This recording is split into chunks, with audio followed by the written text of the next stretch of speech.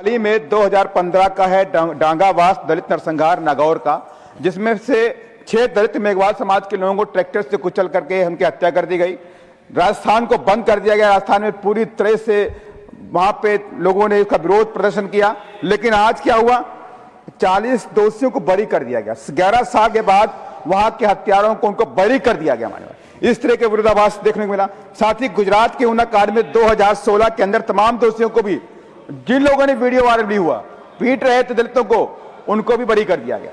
इसके साथ ही मान्यवर मैं कई और भी केस लाना चाहता हूं। सदन को बताना जरूरी है कि मान्यवर इस तरह के जजमेंट अगर दलितों के कमजोर वर्ग के सामने आएंगे तो उनका इस सिस्टम से भरोसा टूटेगा, उनको न्याय नहीं भरोसा होगा कि मुझे न्याय मिलने वाला है। लेकिन ये हमारी जिम्मेदारी और आपकी सबकी जिम्मेदारी है कि गरीबों को न्याय मिलना चाहिए।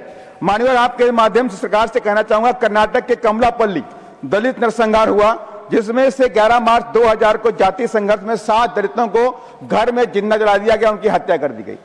उसके बाद वहां की लोकल अदालत ने 2006 में 32 के 32 जो दोषी थे उन्हें बरी कर दिया, उन्हें पूरी तरह से बरी कर दिया। फिर उनकी हत्या किसने की, उनको जलाया किसने घर के अंदर, कोई इन्वेस्टिगेशन नहीं हुआ। मानव इसके बाद में आपको कुछ और घटनाओं के बारे में कोट करूंगा। बिहार में कई सारे नरसंहार हुए। बथानी टोला नरसंहार 1996 भोजपुर में हुआ, 21 दलितों की हत्या कर दी गई। 2012 में 23 से 23 दोषियों को बरी कर दिया गया।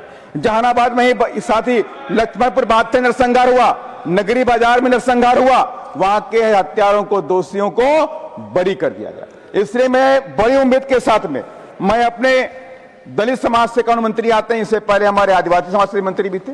देश को बड़ी उम्मीदें भी रहती हैं, ये खास तौर से कमजोर वर्गों की, कि आपको उनको न्याय दिलाना पड़ेगा। और मैं फिर आप माननीय मंत्री से कहूंगा कि डांगावास वाले घटना का क्रम में इंटरफेयर करिए और फिर से वहां जांच बैठाइए और दोषियों को कड़ी से कड़ी सजा देने का काम करिए। धन्यवाद। जय भीम, जय भारत।